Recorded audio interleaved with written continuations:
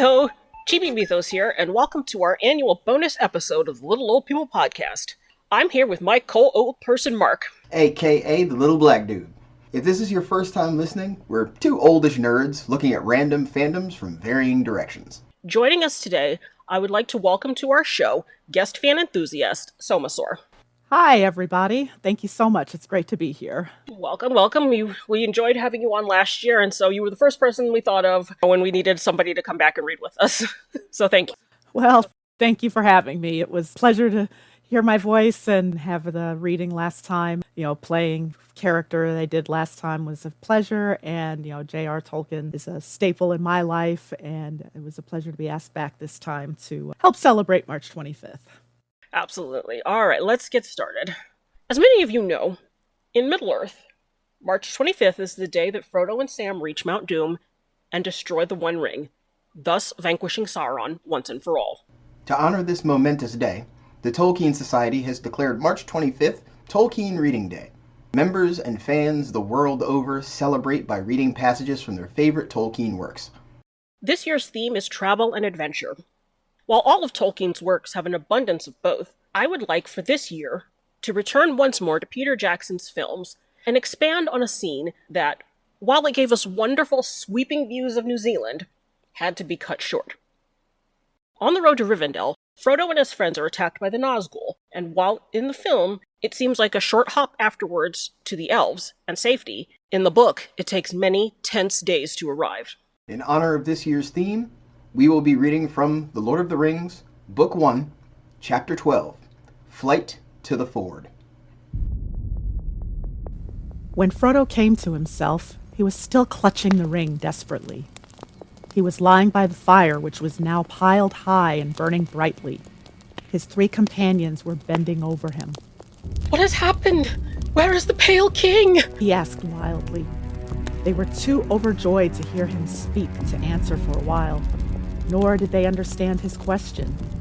At length, he gathered from Sam that they had seen nothing but the vague, shadowy shapes coming towards them. Suddenly, to his horror, Sam found that his master had vanished, and at that moment a black shadow rushed past him and he fell. He heard Frodo's voice, but it seemed to come from a great distance, or from under the earth, crying out strange words. They saw nothing more until they stumbled over the body of Frodo, lying as if dead, face downwards on the grass with his sword beneath him. Strider ordered them to pick him up and lay him near the fire, and then he disappeared. That was now a good while ago. Sam plainly was beginning to have doubts again about Strider, but while they were talking, he returned, appearing suddenly out of the shadows. They started, and Sam drew his sword and stood over Frodo, but Strider knelt down swiftly at his side. I am not a Black Rider, Sam, nor in league with them. I have been trying to discover something of their movements, but I have found nothing. I cannot think why they have gone and do not attack again, but there is no feeling of their presence anywhere at hand. When he heard what Frodo had to tell, he became full of concern and shook his head and sighed. Then he ordered Pippin and Merry to heat as much water as they could in their small kettles and to bathe the wound with it. Keep the fire going well, and keep Frodo warm, He said, and then he got up and walked away and called Sam to him. I think I understand things better now. He said in a low voice.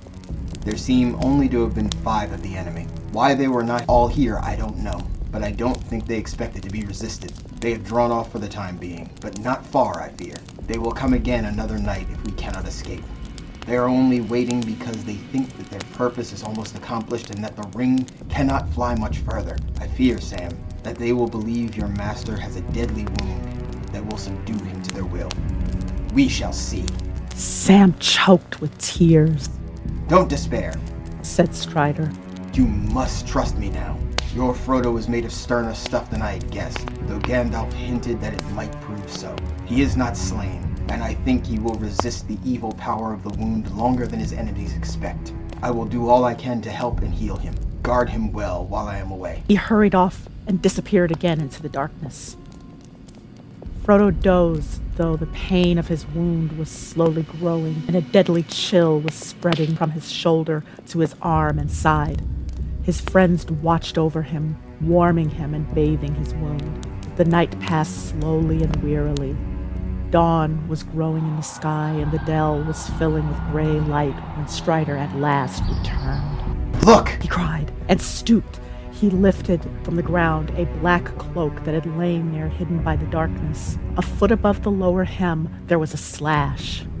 This was the stroke of Frodo's sword, He said. the only hurt that it did to his enemy, I fear. For it is unharmed, but all blades perish that pierced the dreadful king. More deadly to him was the name of Elbereth, and more deadly to Frodo was this. He stooped again and lifted up a long, thin knife. There was a cold gleam in it. As Strider raised it, they saw that near the end its edge was notched and the point was broken off. But even as he held it up in the growing light, they gazed in astonishment, for the blade seemed to melt and vanished like smoke in the air, leaving only the hilt in Strider's hand. Alas, He cried. it was this accursed knife that gave the wound. Few now have the skill in healing to match such evil weapons, but I will do what I can. He sat down on the ground and, taking the dagger hilt, laid it on his knees, and he sang over it a slow song in a strange tongue. Then, setting it aside, he turned to Frodo and in a soft tone spoke words the others could not catch. From the pouch at his belt, he drew out the long leaves of a plant. These leaves He said, I have walked far to find, for this plant does not grow in the bare hills, but in the thickets away, south of the road. I found it in the dark, by the scent of its leaves. He crushed a leaf in his fingers, and it gave out a sweet and pungent fragrance. It is fortunate that I could find it, for it is a healing plant that the men of the West brought to Middle-earth. Athelas they named it, and it grows now sparsely, and only near places where they dwelt or camped of old, and it is not known in the north, except to some of those who wander in the wild. It has great virtues, but over such a wound as this, its healing powers may be small. He threw the leaves into boiling water and bathed Frodo's shoulder. The fragrance of the steam was refreshing, and those that were unhurt felt their minds calmed and cleared.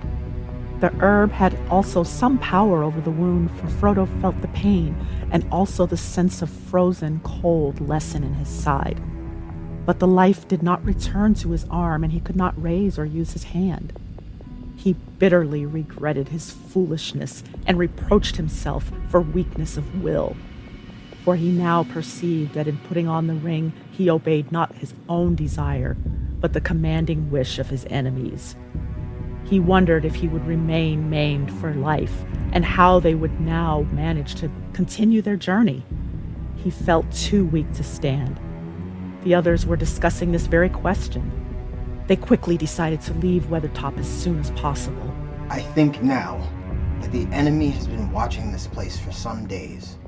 If Gandalf ever came here, then he must have been forced to ride away, and he will not return.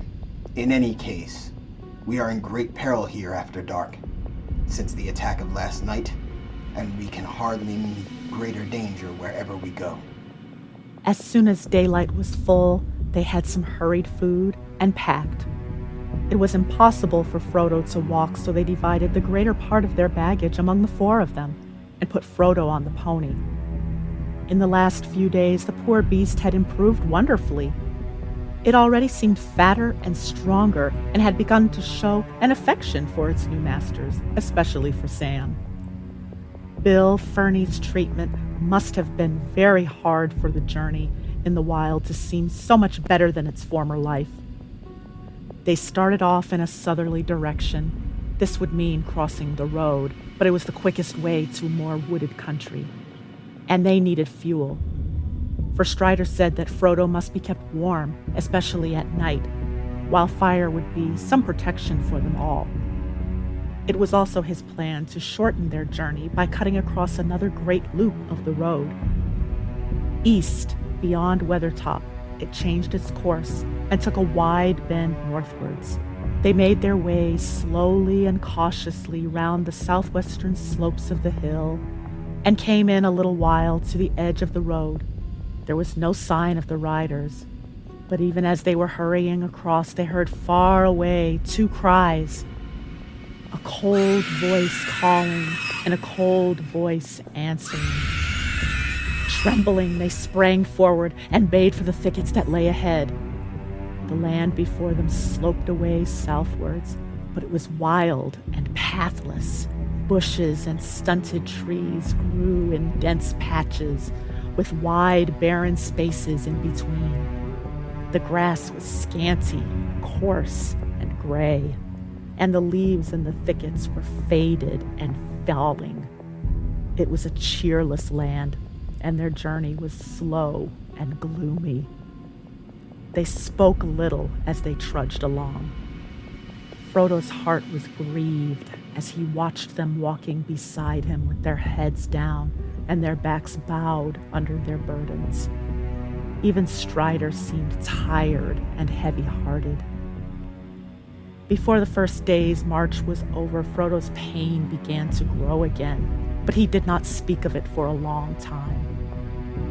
4 days passed without the ground or the scene changing much, except that behind them weathertops slowly sank, and before them the distant mountains loomed a little nearer.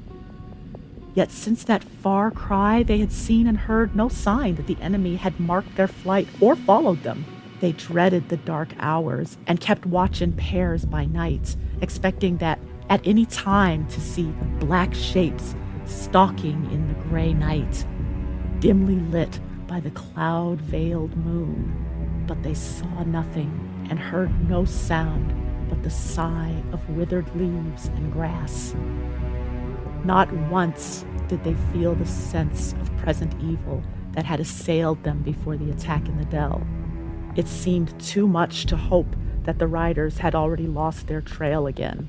Perhaps they were waiting to make some ambush in a narrow place? At the end of the 5th day, the ground began once more to rise slowly out of the wide, shallow valley into which they had descended. Strider now turned their course again northeastwards, and on the 6th day, they reached the top of a long, slow climbing slope and saw far ahead a huddle of wooded hills. Away below them they could see the road sweeping round the feet of the hills, and to their right a gray river gleamed pale in the thin sunshine. In the distance they glimpsed yet another river in a stony valley, half veiled in mist. I am afraid we must go back to the road here for a while, said Strider. We have now come to the river Horwell, that the elves call Mithaiathel.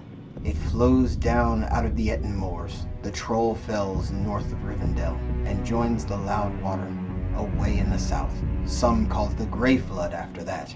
It is a great water before it finds the sea.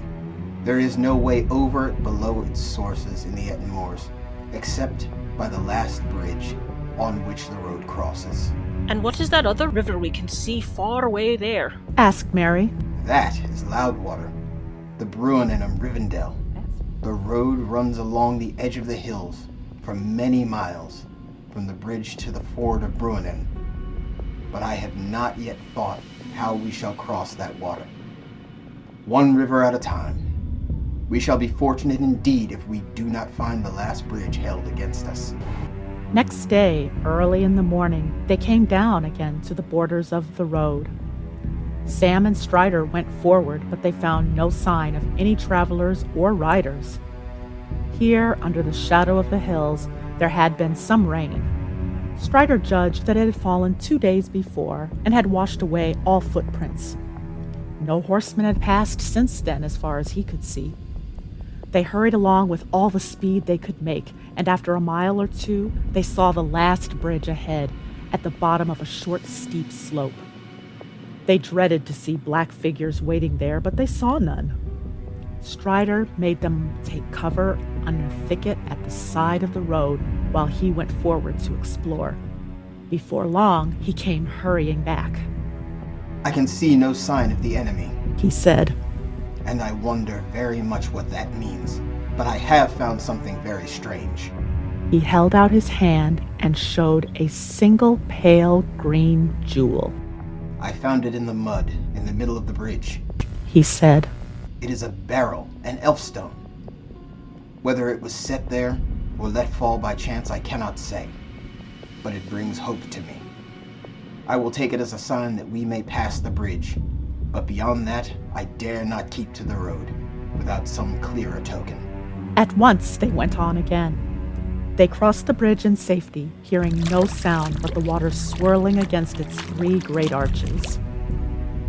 A mile further on, they came to a narrow ravine that led away northwards through the steep lands on the left of the road. Here, Strider turned aside, and soon they were lost in a somber country of dark trees winding among the feet of sullen hills.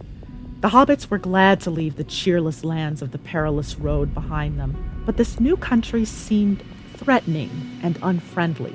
As they went forward, the hills about them steadily rose.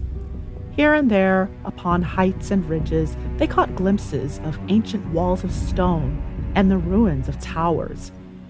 They had an ominous look. Frodo, who was not walking, had time to gaze ahead and to think.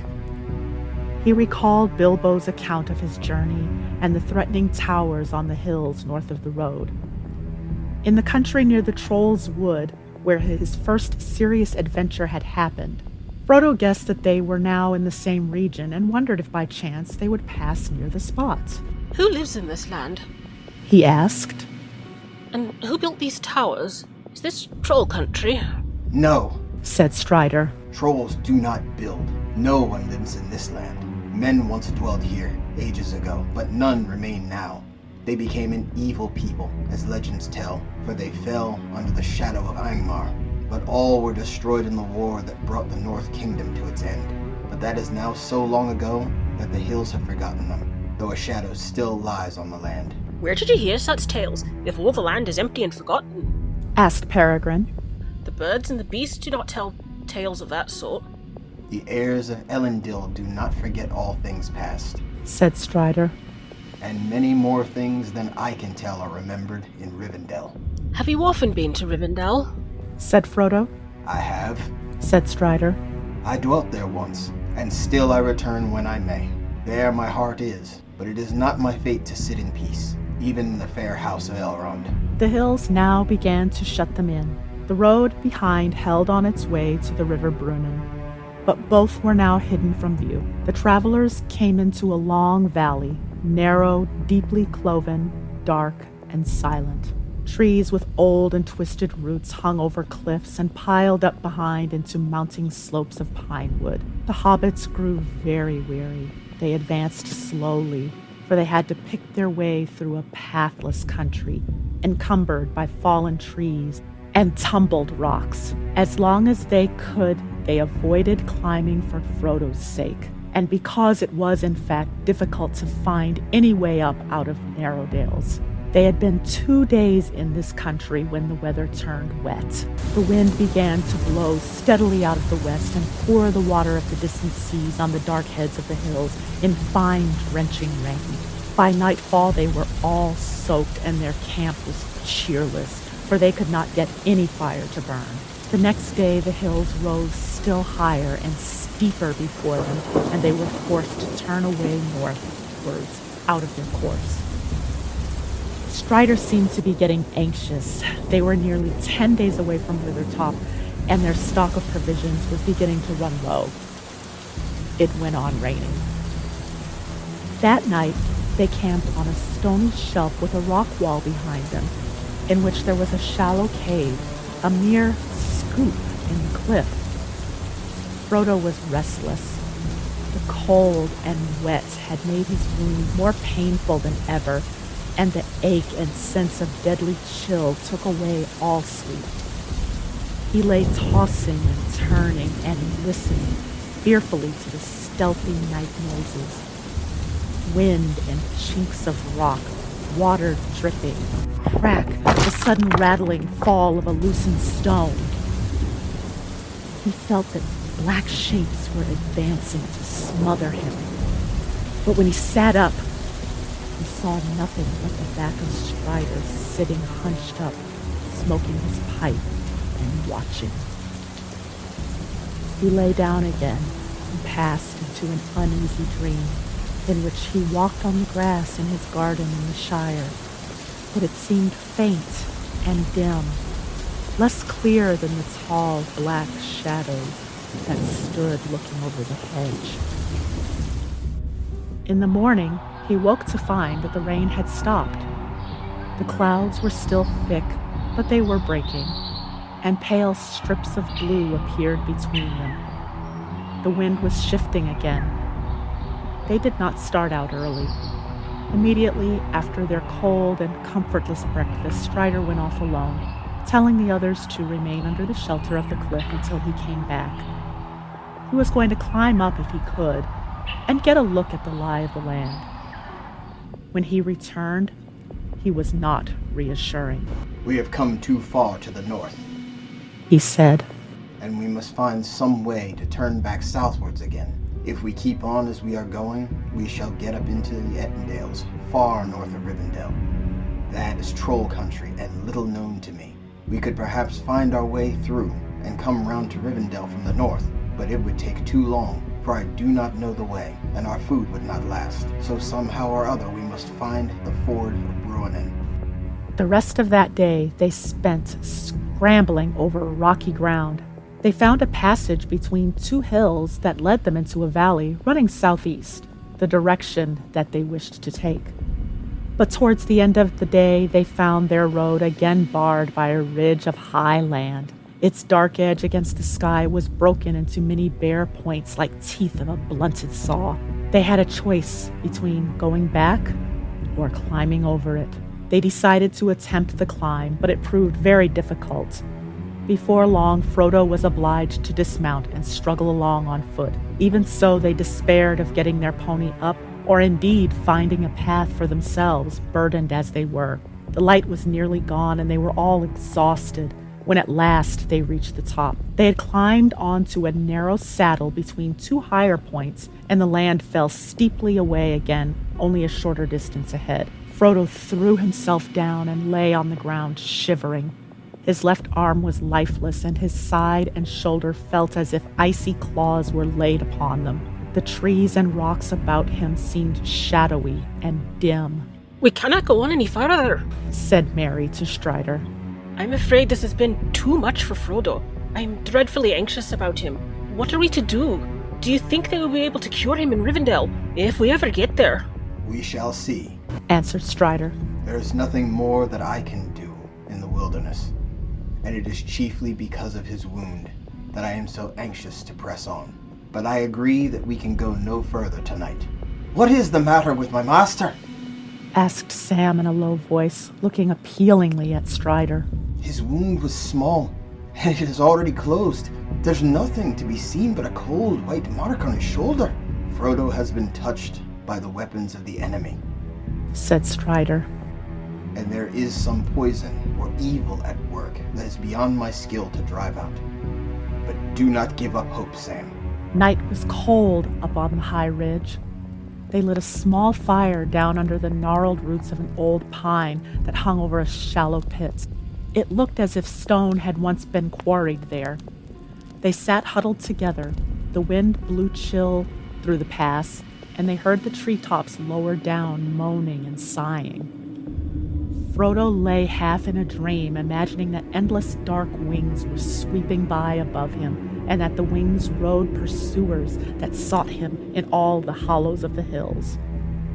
The morning dawned bright and fair. The air was clean, and the light pale and clear in a rain-washed sky. Their hearts were encouraged, but they longed for the sun to warm their cold, stiff limbs. As soon as it was light, Strider took Merry with him and went to survey the country from the height to the east of the pass. The sun had risen and was shining brightly when he returned with more comforting news. They were now going more or less in the right direction. If they went on down the further side of the ridge, they would have the mountains on their left.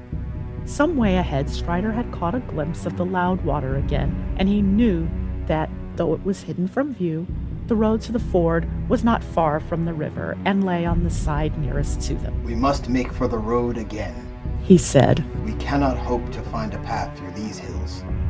Whatever danger may beset it, the road is our only way to the ford. As soon as they had eaten, they set out again. They climbed slowly down the southern side of the ridge, but the way was much easier than they had expected, for the slope was far less steep on this side, and before long, Frodo was able to ride again. Bill Ferny's poor old pony was developing an unexpected talent for picking out a path and for sparing its rider as many jolts as possible. The spirits of the party rose again. Even Frodo felt better in the morning light, but every now and again, a mist seemed to obscure his sight, and he passed his hands over his eyes. Pippin was a little ahead of the others. Suddenly, he turned round and called to them. "There's a path here!" he cried. When they came up to him, they saw that he had made no mistake. There were clearly the beginnings of a path that climbed with many windings out of the woods below and faded away on the hilltop behind. In places, it was now faint and overgrown or choked with falling stones and trees. But at one time, it seemed to have been much used. It was a path made by strong arms and heavy feet. Here and there, old trees had been cut or broken down, and large rocks cloven or heaved aside to make a way. They followed the track for some while, for it offered much the easiest way down. But they went cautiously, and their anxiety increased as they came into the dark woods, and the path grew plainer and broader. Suddenly, coming out of a belt of fir trees, it ran steeply down a slope and turned sharply to the left round the corner of a rocky shoulder of hill. When they came to the corner, they looked round and saw that the path ran on over a level strip under the face of a low cliff overhung with trees. In the stony wall there was a door hanging crookedly ajar upon one great hinge. Outside the door they all halted. There was a cave or a rock chamber behind, but in the gloom inside nothing could be seen. Strider, Sam, and Merry, pushing with all their strength, managed to open the door a little wider, and then Strider and Merry went in. They did not go far, for on the floor lay many old bones, and nothing else was to be seen near the entrance except some great empty jars and broken pots. "Surely this is a troll hole, if there ever was one. Come out, you two. Let us get away. Now we know who made the path, and we better get off, quick." There is no need, I think. Said Strider, coming out. It is certainly a troll hole, but it seems to have been long forsaken. I don't think we need be afraid, but let us go on down warily, and we shall see. Path went on again from the door, and turning to the right again across the level space, plunged down a thick wooded slope. Pippin, not liking to show Strider that he was still afraid, went on ahead with Merry. Sam and Strider came behind, one on each side of Frodo's pony, for the path was now broad enough for 4 or 5 hobbits to walk abreast. But they had not gone very far before Pippin came running back, followed by Merry. They both looked terrified. "There are trolls!" Pippin panted. "Down in the clearing, in the woods, not far below. We got a sight of them through the tree trunks. They're very large." We will come and look at them, said Strider, picking up a stick. Frodo said nothing, but Sam looked scared. The sun was now high, and it shone down through the half-stripped branches of the tree and lit the clearing with bright patches of light. They halted suddenly on the edge and peered through the tree trunks, holding their breath. There stood the trolls. 3 large trolls. One was stooping, and the other 2 stood staring at him. Strider walked forward unconcernedly. "Get up, old stone!" said, and broke his stick upon the stooping troll. Nothing happened. There was a gasp of astonishment from the hobbits, and then even Frodo laughed. "Well," said, "we are forgetting our family history. These must be the very 3 that were caught by Gandalf, quarreling over the way to cook 13 dwarves and 1 hobbit. I had no idea we were anywhere near the place," said Pippin. He knew the story well. Bilbo and Frodo had told it often, but as a matter of fact, he had never more than half believed it. Even now he looked at the stone trolls with suspicion, wondering if some magic might not suddenly bring them to life again. You are forgetting not only your family history, but all you ever knew about trolls, said Strider. It is broad daylight with a bright sun, and yet you come back trying to scare me with a tale of live trolls waiting for us in this glade. In any case, you might have noticed that one of them has an old bird's nest behind his ear. That would be a most unusual ornament for a live troll. They all laughed. Frodo felt his spirits reviving. The reminder of Bilbo's first successful adventure was heartening. The sun, too, was warm and comforting, and the mist before his eyes seemed to be lifting a little. They rested for some time in the glade and took their midday meal right under the shadow of the troll's large legs.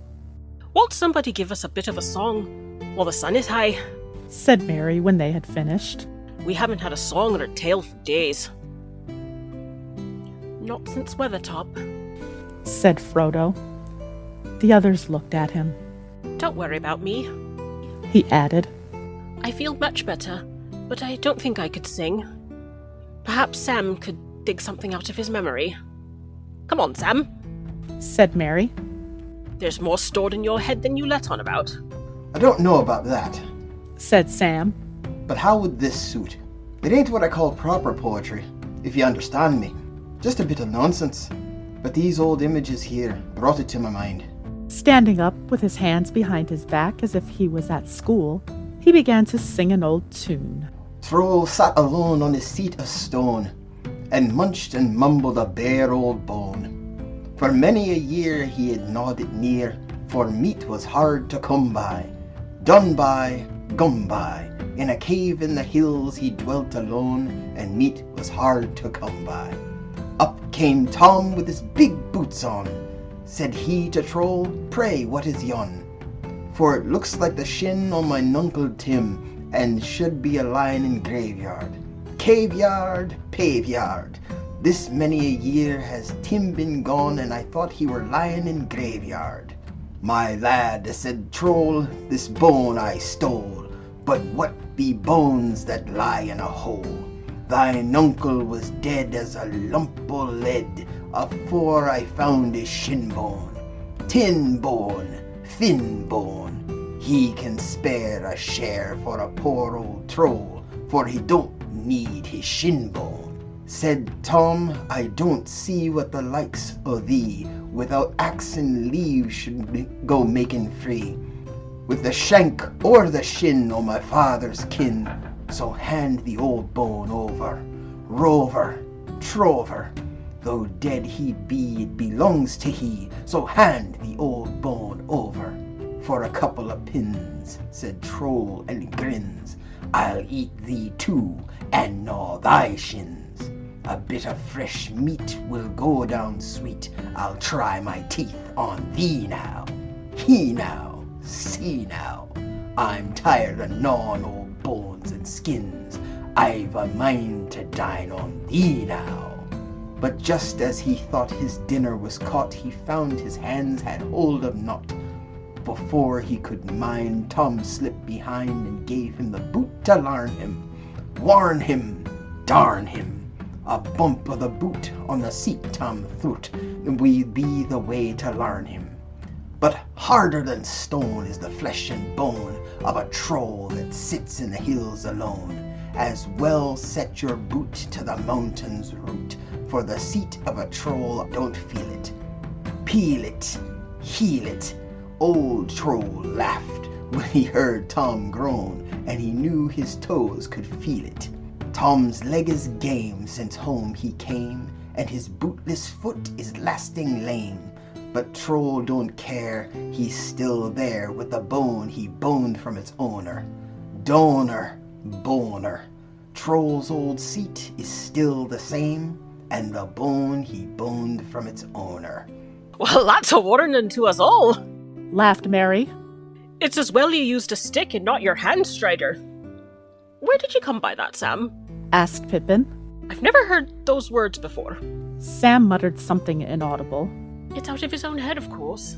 Said Frodo. I'm learning a lot about Sam Gamgee on this journey. First he was a conspirator. Now he's a jester. He'll end up becoming a wizard. Or a warrior. I hope not. Said Sam. I don't want to be neither.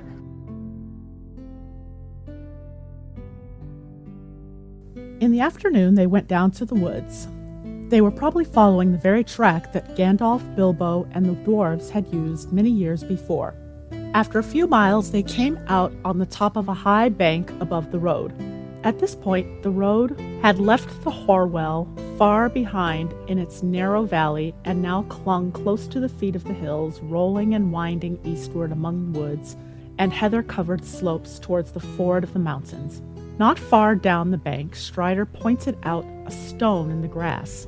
On it, roughly cut and now much weathered, could still be seen dwarf runes and secret marks. There! Said Mary. That must be the stone that marked the place where the troll's gold was hidden. How much is left of Bilbo's share, I wonder, Frodo? Frodo looked at the stone and wished that Bilbo had brought home no treasure more perilous, nor less easy to part with. None at all, he said. Bilbo gave it all away. He told me he did not really feel it was his, as it came from robbers. The road lay quiet under the long shadows of early evening. There was no sign of any other travelers to be seen. There was now no other possible course for them to take. They climbed down the bank and turning left went off as fast as they could. Soon a shoulder of the hills cut off the light of the fast westering sun. A cold wind flowed down to meet them from the mountains ahead. They were beginning to look out for a place off the road where they could camp for the night when they heard a sound that brought sudden fear back into their hearts. The noise of hooves behind them. They looked back, but they could not see far because of the many windings and rollings of the road. As quickly as they could, they scrambled off the beaten way and up into the deep heather of the bilberry brushwood on the slopes above, until they came to a small patch of thick-growing hazels. As they peered out from among the bushes, they could see the road, faint and gray in the failing light, some 30 feet below them. The sound of hoofs drew nearer. They were going fast with a light clippity-clippity-clip. Then faintly, as if it was blown away from them by the breeze, they seemed to catch a dim ringing as of small bells tinkling. That does not sound like a Black Rider's horse, said Frodo, listening intently. The other hobbits agreed, hopefully, that it did not, but they all remained full of suspicion. They had been in fear of pursuit for so long that any sound from behind seemed ominous and unfriendly. But Strider was now leaning forward, stooped to the ground, with a hand to his ear and a look of joy on his face. The light faded and the leaves on the bushes rustled softly. Clearer and nearer now, the bells jingled, and clippity-clip came the quick trotting feet. Suddenly, into view below came a white horse, gleaming in the shadows, running swiftly. In the dusk, its headstall flickered and flashed as if it were studded with gems like living stars. The rider's cloak streamed behind him, and his hood was thrown back. His golden hair flowed, shimmering in the wind of his speed. To Frodo, it appeared that a white light was shining through the form and raiment of the rider as if through a thin veil. Strider sprang from hiding and dashed down towards the road, leaping with a cry through the heather. But even before he had moved or called, the rider had reined in his horse and halted, looking up towards the thicket where they stood. When he saw Strider, he dismounted and ran to meet him, calling out, Ein Vendu Dunadan, Megavanen. His speech was clear and ringing voice that left no doubt in their hearts. The rider was of the elven folk. No others that dwelt in the wide world had voices so fair to hear, but there seemed to be a note of haste or fear in his call, and they saw that he was now speaking quickly and urgently to Strider. Soon Strider beckoned to them, and the hobbits left the bushes and hurried down to the road. This is Glorfindel, who dwells in the house of Elrond, said Strider. Hail and well met at last, said Elf Lord to Frodo. I was sent from Rivendell to look for you. We feared that you were in danger upon the road. Then Gandalf has reached Rivendell, cried Frodo joyfully. No, he had not when I departed, but that was 9 days ago, answered Glorfindel. Elrond receives news that troubled him. Some of my kindred, journeying in your land beyond the Bruinen, learned that things were amiss, and sent messages as swiftly as they could. They said that the Nine were abroad, and that you were astray, bearing a great burden without guidance, for Gandalf had not returned. There are few even in Rivendell that could ride openly against the Nine, but such as there were, Elrond sent north, west, and south. It was thought that you might turn far aside to avoid pursuit and become lost in the wilderness. It was my lot to take the road, and I came upon the bridge of Mithril and left a token there, nigh on 7 days ago. 3 of the servants of Sauron were upon the bridge, but they withdrew, and I pursued them westward. I came also upon 2 others, but they turned away southward. Since then, I have searched for your trail. 2 days ago I found it, and followed it over the bridge. Today I marked where you descended from the hills again. But come, there is no time for further news. Since you are here, we must risk the peril of the road and go. There are 5 behind us, and when they find your trail upon the road, they will ride after us like the wind. And they are not all. Where the other 4 may be, I do not know.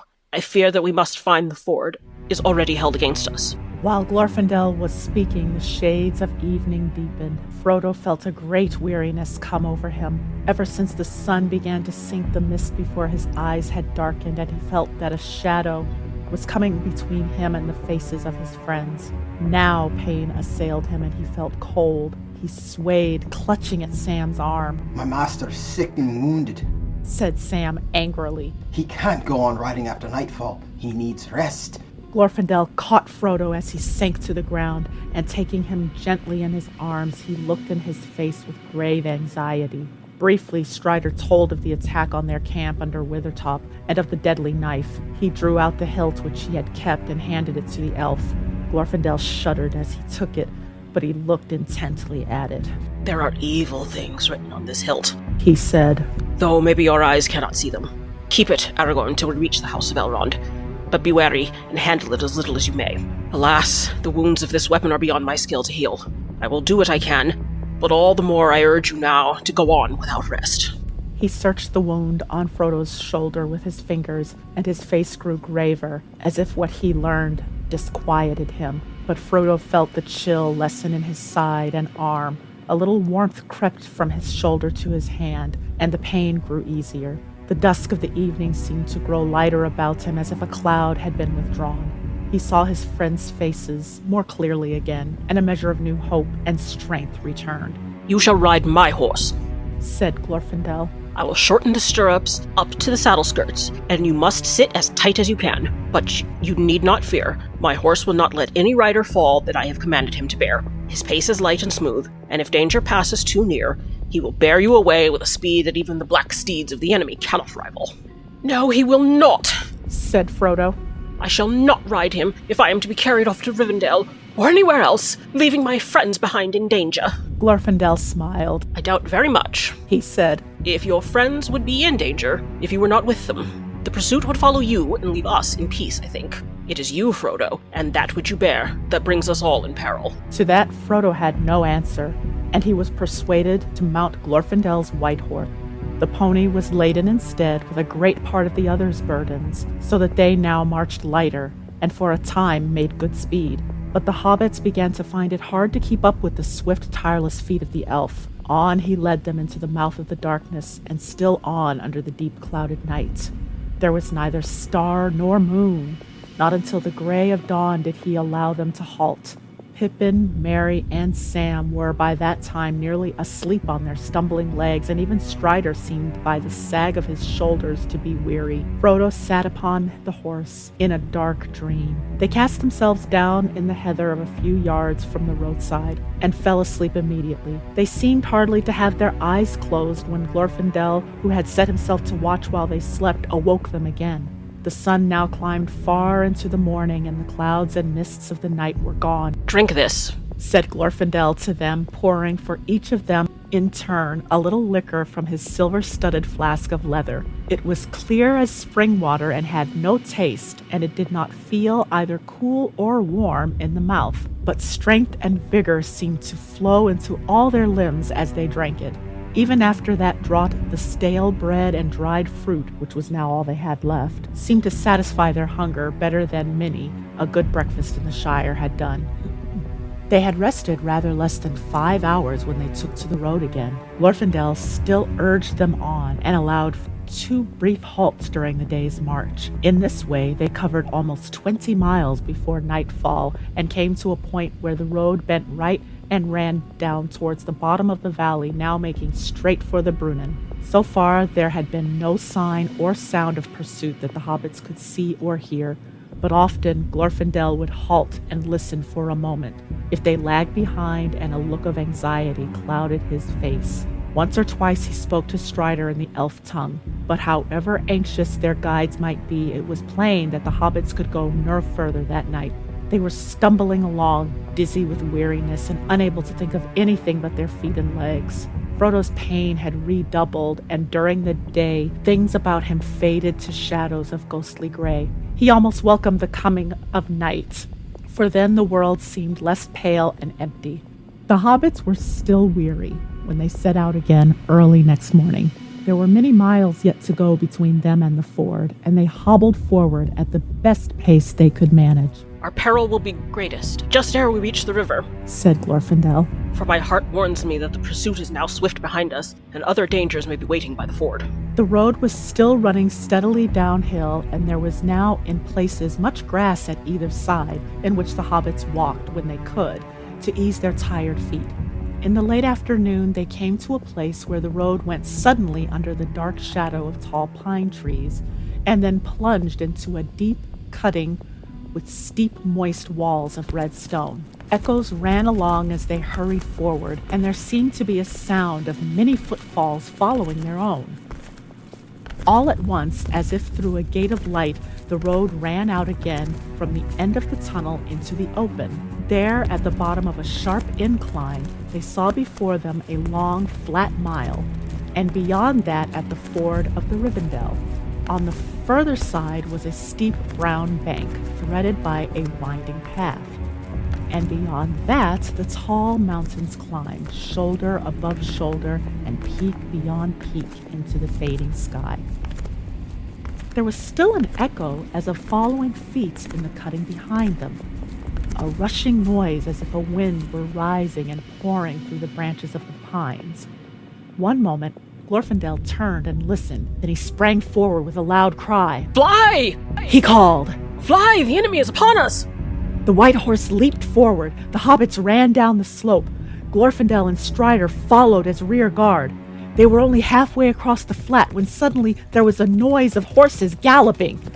Out of the gate and in the trees, they had just left road a black rider.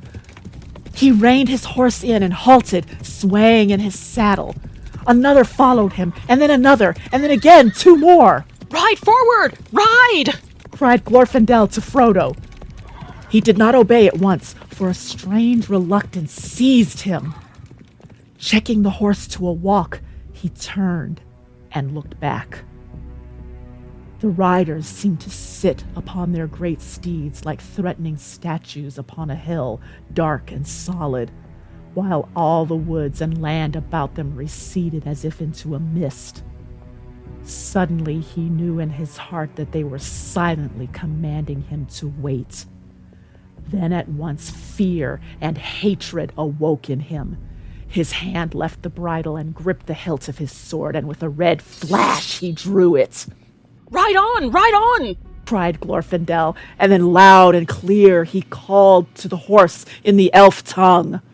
"Narolim! Narolim, Asveloth!" At once the white horse sprang away and sped like the wind along the last lap of the road. At the same moment the black horses leaped down the hill in pursuit, and from the riders came a terrible cry such as Frodo had heard, filling the woods with horror in the east farthing far away. It was answered, and to the dismay of Frodo and his friends, out from the trees and the rocks away on the left, 4 other riders came flying. 2 rode towards Frodo. 2 galloped madly towards the ford to cut off his escape. They seemed to him to run like the wind and grow swiftly larger and darker as their courses converged with his. Frodo looked back for a moment over his shoulder.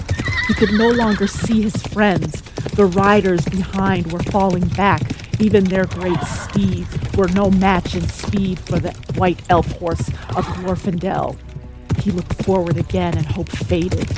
There seemed no chance of reaching the ford before he was cut off by the others that had lain in ambush. He could see them clearly now. They appeared to have cast aside their hoods and black coats. They were robed in white and gray. Swords were naked in their pale hands. Helms were on their heads. Their cold eyes glittered, and they called to him with fell voices. Fear now filled all Frodo's mind. He thought no longer of his sword. No cry came from him. He shut his eyes and clung to the horse's mane. The wind whistled in his ears, and the bells upon the harness rang wild and shrill. A breath of deadly cold pierced him like a spear, as with a last spurt, like a flash of white fire, the elf horse, speeding as if on wings, passed right before the face of the foremost rider. Frodo heard the splash of water. It foamed about his feet. He felt the quick heave and surge of the horse as it left the river and struggled up the stony path. He was climbing a steep bank. He was across the ford, but the pursuers were close behind. At the top of the bank, the horse halted and turned about, neighing fiercely. There were 9 riders at the water's edge below, and Frodo's spirit quailed before the threat of their uplifted faces. He knew of nothing that would prevent them from crossing as easily as he had done, and he felt that it was useless to try and escape over the long, uncertain path from the ford to the edge of Rivendell if once the riders had crossed. In any case, he felt that he was commanded urgently to halt. Hatred again stirred in him, but he no longer had the strength to refuse. Suddenly, the foremost rider spurred his horse forward. It checked at the water and reared up. With great effort, Frodo sat upright and brandished his sword. Go back, he cried. Go back to the land of Mordor and follow me no more. His voice sounded thin and shrill in his own ears. The riders halted, but Frodo had not the power of Bombadil. His enemies laughed at him with a harsh and chilling laughter. Come back, they called. Two more. We will take you. Go back, he whispered. The ring.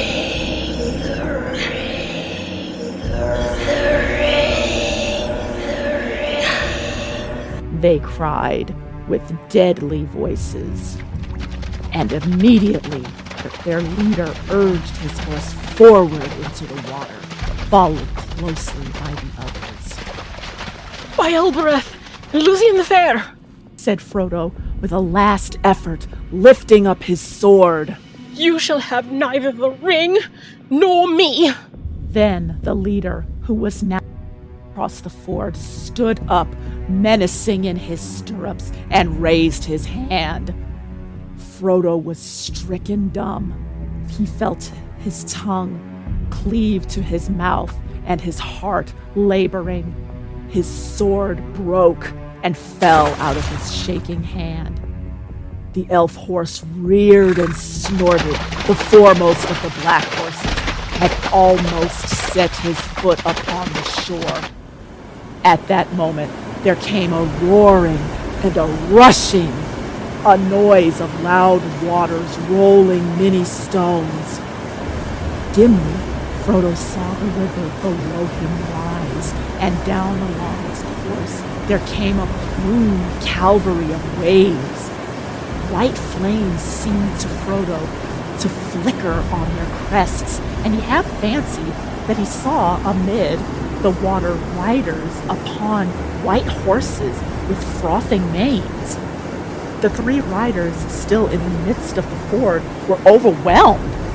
They disappeared, buried suddenly under angry foam.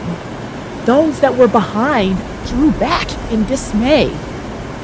With his last failing senses, Frodo heard cries, and it seemed to him that he saw beyond the riders that hesitated on the shores a shining figure of white light, and behind it ran small shadowy forms waving flames that flared red in the gray mist that was falling over the world.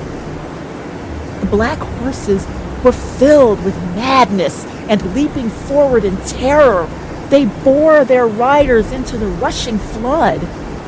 Their piercing cries were drowned in the roaring of the river as it carried them away. Then Frodo felt himself falling, and the roaring and confusion seemed to rise and engulf him together with his enemies. He heard and saw no more.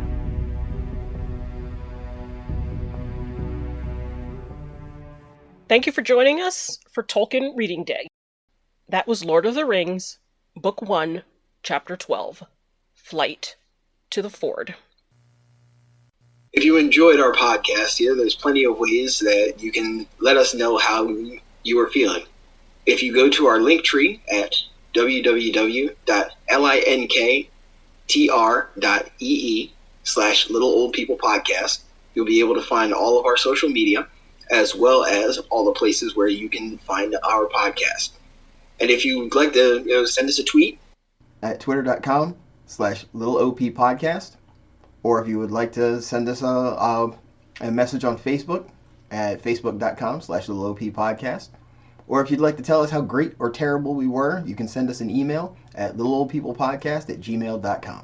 Then, of course, if you want to hear more from me, the Little Black Dude, you can always find me on YouTube at youtube.com/athomewiththegeek. This has been Tolkien Reading Day, and Soma Sor has been our guest fan enthusiast. So thank you very much for reading for us today. You are welcome. It was my pleasure. Follow the yellow brick road. Follow the yellow brick road. Follow the yellow brick road. Follow the yellow brick road. Roads? Where we're going, we don't need roads. This has been a Little Old People Podcast production. Copyright 2023, all rights reserved.